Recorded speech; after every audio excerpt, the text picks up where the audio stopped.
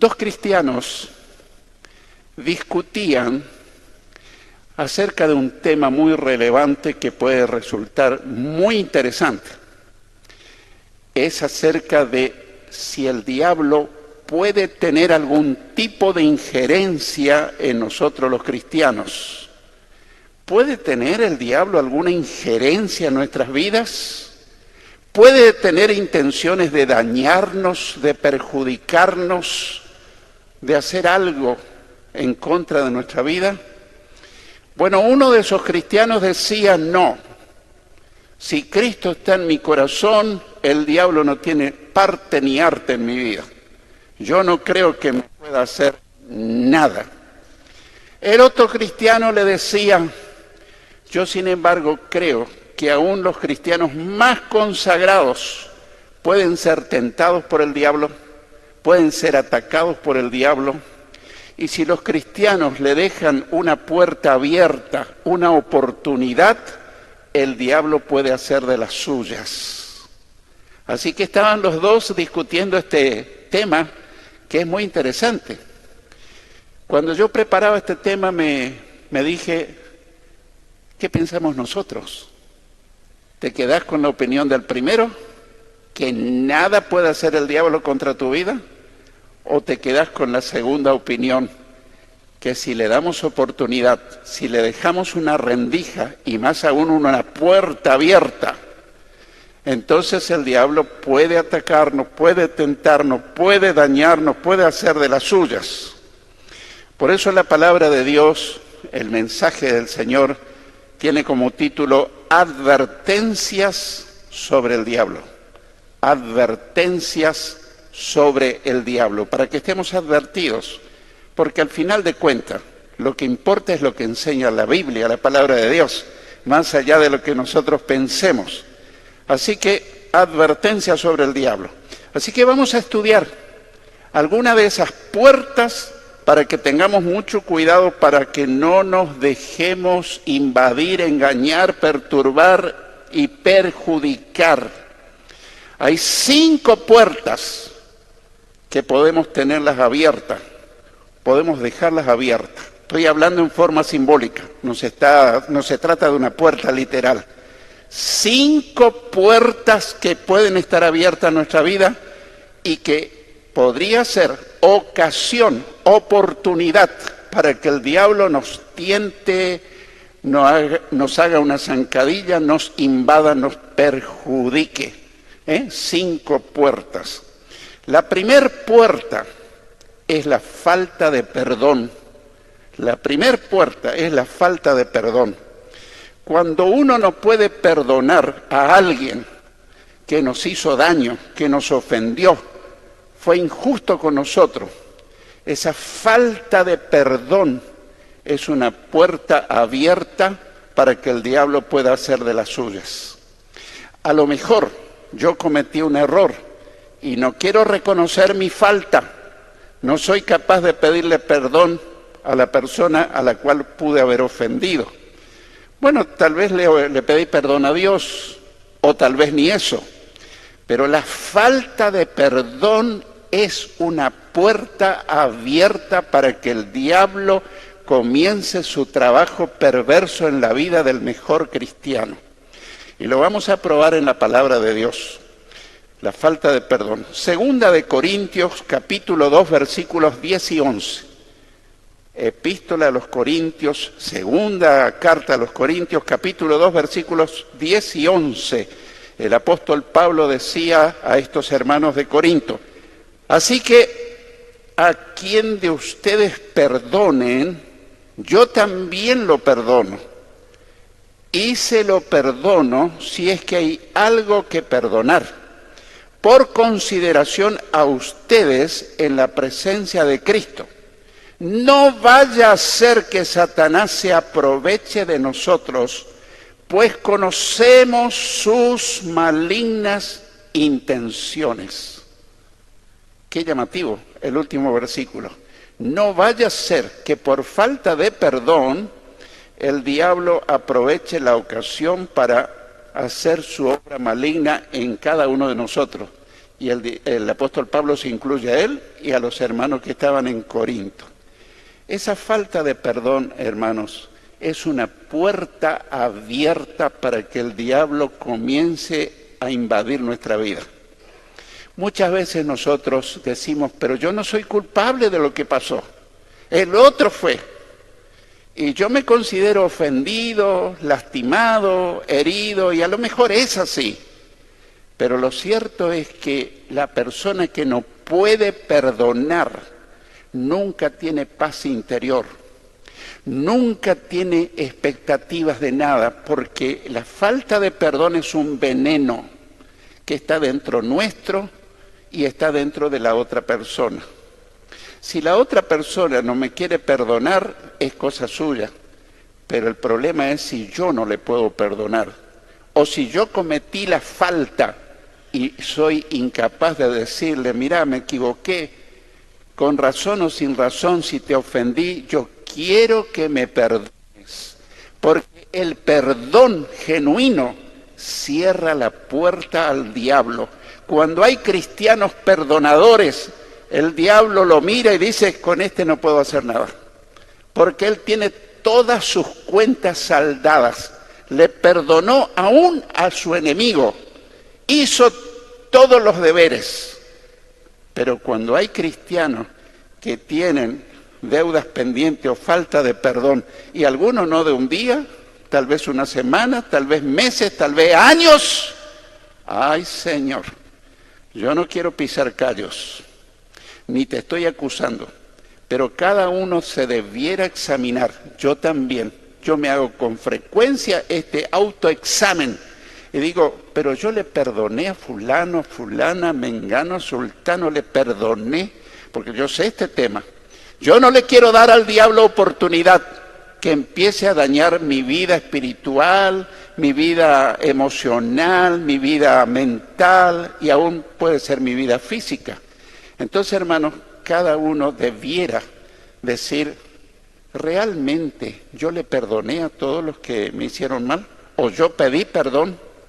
Este es un tema muy profundo, muy meditativo, no es para que te sientas incómodo, sino para hacer frente a una verdad que declara.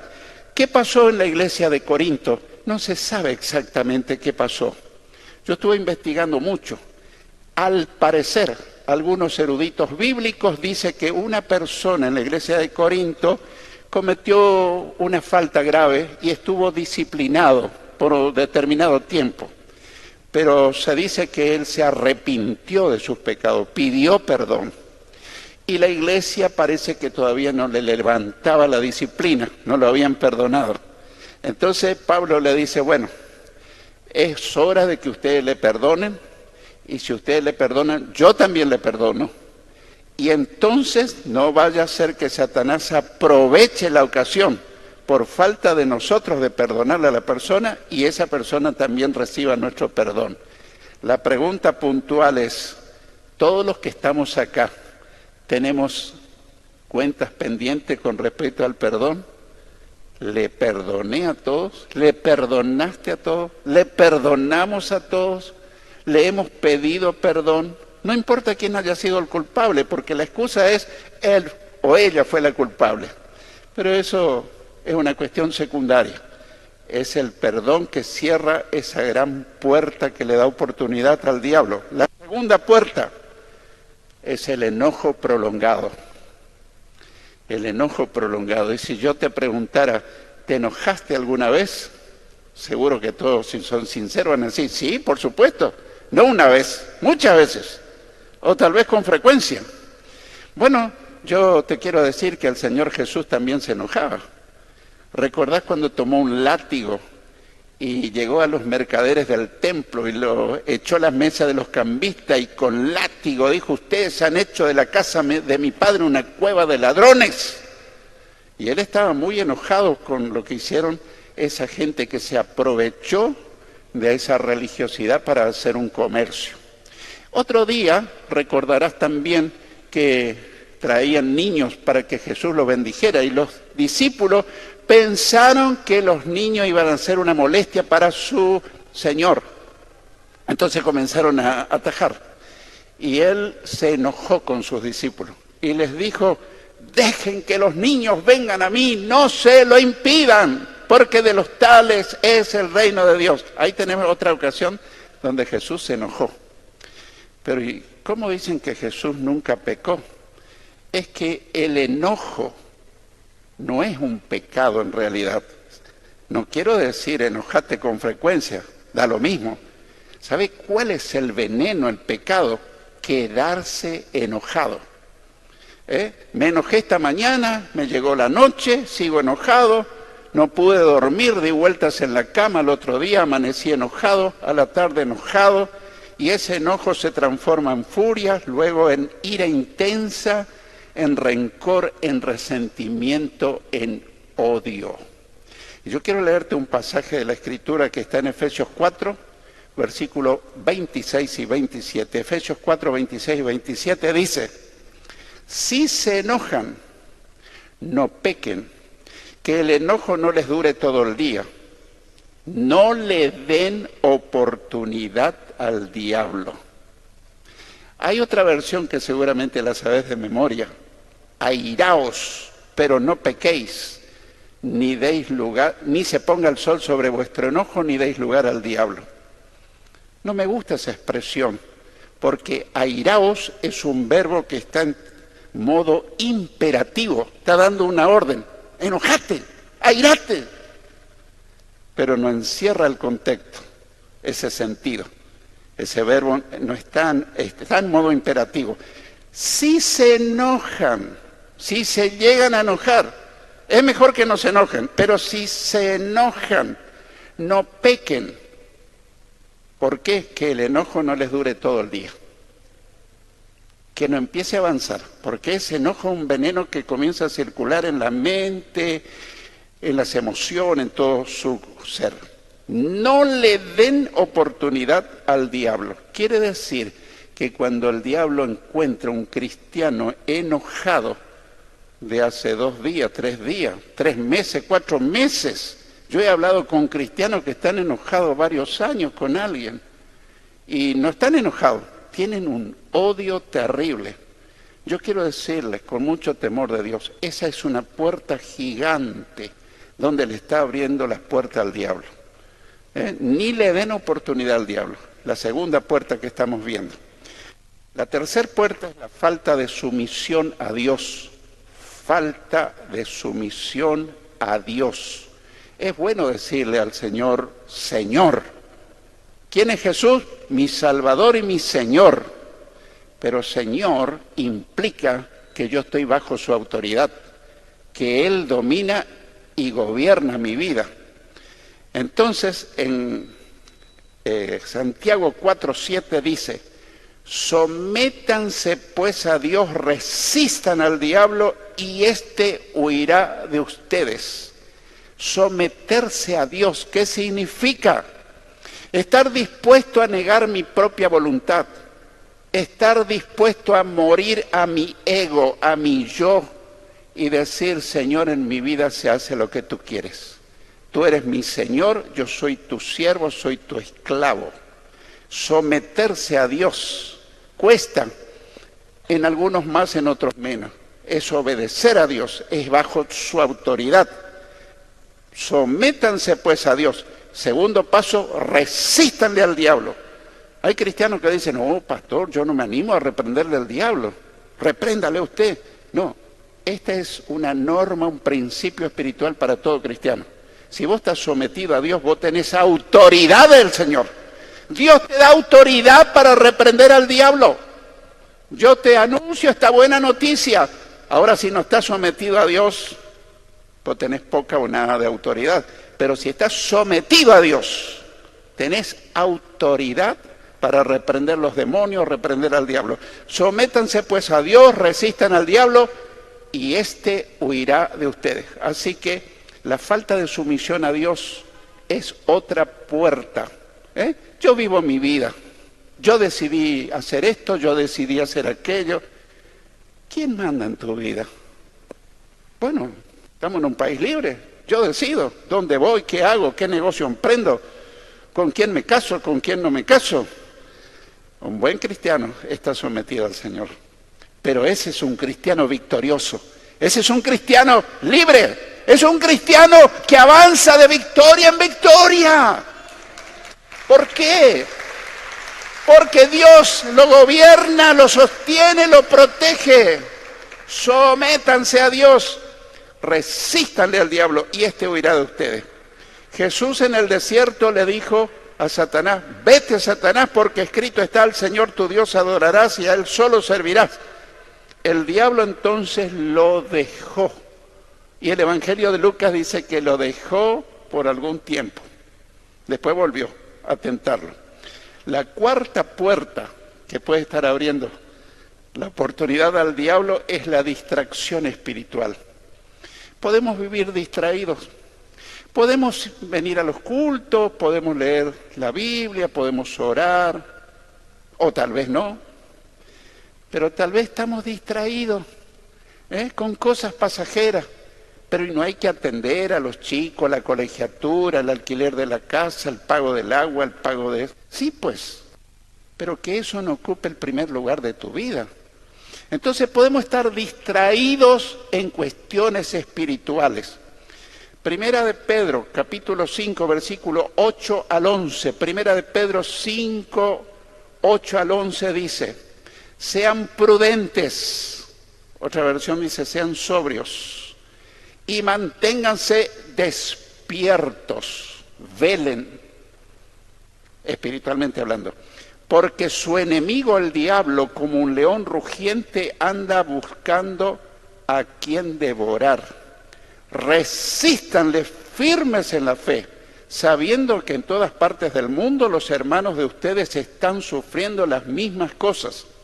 Pero después que ustedes hayan sufrido por un poco de tiempo, Dios los hará perfectos, firmes, fuertes y seguros. Es el mismo Dios que en su gran amor nos ha llamado a tener parte en su gloria eterna en unión con Jesucristo.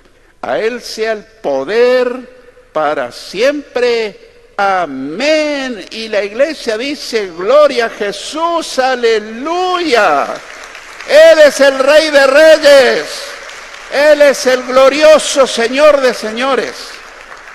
Entonces, la cuarta puerta es la distracción espiritual. Y uno se puede dar cuenta, como está un hermano, sí, vos hablas 5 o 10 minutos y sabes en qué está pensando. Continuamente habla de cosas pasajeras y transitorias de la vida. En ningún momento habla de Dios, no habla de Jesús, no habla de la Biblia, no habla de cosas espirituales. Y vos a los 5 o 10 minutos ya sabés qué hay en su corazón. Intereses que tal vez no sean pecaminosos, o tal vez sí. Pero a veces uno no está en cuestiones de pecado. Está distraído, por la alfombra, por el auto, por la renovación de la pintura de la casa. Cosas que no son pecaminosas, pero puede ser que eso acapara todo nuestro corazón, nuestra mente, y yo estoy distraído en cuestiones espirituales. La distracción espiritual es una oportunidad para que el diablo comience a invadirnos. Resístanle firmes en la fe. Así que, hermanos, tenemos ya 4 puertas. Vamos a la quinta puerta. Hacer del pecado una práctica. Hacer del pecado una práctica. Aclaremos algo. ¿El verdadero cristiano nunca más peca? Sí peca. Puede caer circunstancialmente, porque se descuidó, no oró, no confesó su falta, su tentación, y entonces puede caer. Pero ni bien cae, le remuerde la conciencia y acude cuanto antes, se postra ante el Señor y le pide perdón. No estamos inmunizados contra el pecado. Pero yo estoy hablando de hacer del pecado una práctica continua y deleitarnos en el pecado. Ay, ay, ay. Esta sí que es una puerta gigante. Fíjate lo que dice Primera de Juan, capítulo 3, versículos 8 y 9. Primera de Juan, capítulo 3, versículos 8 y 9, dice, el que practica el pecado es del diablo, porque el diablo peca desde el principio. Para esto apareció el Hijo de Dios, para deshacer las obras del diablo, para ayudarte a que no hagas del pecado una práctica. Todo aquel que es nacido de Dios, que nació de nuevo espiritualmente, no practica el pecado, porque la simiente de Dios, la presencia de Dios, la simiente de Dios permanece en él y no puede pecar porque es nacido de Dios. Hermano, esto es muy claro. Cualquiera de nosotros puede tener un desliz. No debiéramos, si somos cuidadosos, si somos temerosos de Dios, el temor de Dios nos libra a caer en pecado. Pero nadie está exento de caer. Podemos caer si descuidamos la vida de oración, la comunión con Dios, la confesión diaria, el congregarme, el meditar en la palabra, el poner en práctica, en pedir al pastor, pastor, estoy pasando un momento difícil, estoy pasando una tentación, ¿me quiere ayudar? ¿Cómo no? El Señor te va a ayudar, vas a vencer, vas a salir victorioso. Pero ¿qué si esa persona hace del pecado una práctica cotidiana? Eso es una evidencia que esa persona no nació de nuevo. Nacer de nuevo espiritualmente es cuando uno recibe a Cristo en el corazón, como Salvador, como Señor, le confiesa arrepentido sus pecados. Juan capítulo 1, versículos 11 y 12 dice, a los suyos vino y los suyos no lo recibieron. Pero a todos los que lo recibieron y creyeron en él, les dio la autoridad, la potestad, el privilegio de ser hechos hijos de Dios. Y el que nació de nuevo, mi hermano, mi hermana, no practica más el pecado, puede deslizarse, pero no hace del pecado un hábito cotidiano. Y si alguien se deleita en el pecado, yo te puedo decir con amor y respeto, no naciste de nuevo, no sos salvo. Si murieras hoy no entrarías al cielo, porque Jesús le dijo a Nicodemo que para ver y entrar al reino de Dios, necesitamos nacer de nuevo. Y ese es un cambio profundo que hace Dios cuando permitimos que Jesús entre a nuestra vida. Así que la quinta puerta es hacer del pecado una práctica. Yo he asistido a personas que estaban influenciadas terriblemente por poderes demoníacos y he asistido incluso a endemoniados. Y hablando en sus momentos de lucidez, hablamos de su vida. Para él era común y corriente hacer del pecado una práctica. Obviamente era blanco fácil de Satanás. Entonces, hermano, la palabra de Dios nos advierte en quinto lugar que hacer del pecado una práctica, eso es una puerta abierta para el diablo. Y si yo no practico, pero alguna vez caigo, ¿cuánto antes acudí a Dios pidiendo perdón? Si decimos que no tenemos pecado, nos engañamos a nosotros mismos y la verdad no está en nosotros. Pero si confesamos nuestros pecados, Él es fiel y justo para perdonar todo pecado y limpiarnos de toda maldad. El que encubre sus pecados no prosperará, pero el que los confiesa y se aparta alcanzará misericordia. Si esta mañana tu conciencia dice, vos estás mal, yo quiero decirte, el perdonador, el que te va a absolver de pecado, se llama Jesucristo y Él vino a presidir este culto y decir, el que quiera recibirme mi perdón, bastará con que diga me arrepiento y en tu nombre renuncio. Y en el acto Jesús le perdona y lo deja blanco como una nieve. ¿No es una gran noticia esto? Yo creo que esta es una noticia tremenda. Yo quiero concluir con un pasaje bíblico. ¿A quién acudir cuando descubrimos que estas puertas están abiertas? Bueno, en Hebreos capítulo 4, versículos 14 al 16. Hebreos 4, 14 al 16 dice: Jesús es el Hijo de Dios y es nuestro gran jefe de sacerdote. Otra versión dice nuestro sumo sacerdote, que no es otra cosa que el jefe de todos los sacerdotes en el sistema religioso judaico. Jesús es nuestro jefe de sacerdote que ha subido al cielo. Por eso debemos seguir confiando en Él. Debemos seguir confiando en Él. El diablo le puso a Jesús las mismas trampas que nos pone a nosotros para hacernos pecar. Solo que Jesús nunca pecó. Otras versiones hablan de tentación y todo eso. Y otras versiones hablan de pruebas. Pero no es otra cosa que trampas. El diablo te va a poner trampa a vos y a mí también para hacernos pecar, para alejarnos de Dios. El diablo le puso a Jesús muchas tentaciones, pero Él nunca pecó. Por eso Él puede entender que nos resulta difícil obedecer a Dios. Si te resulta difícil, Jesús lo entiende. ¿Y qué me aprueba? No, no te aprueba, pero te dice: yo te ayudo. Conmigo vas a obedecer a Dios. Conmigo vas a ser santo de verdad.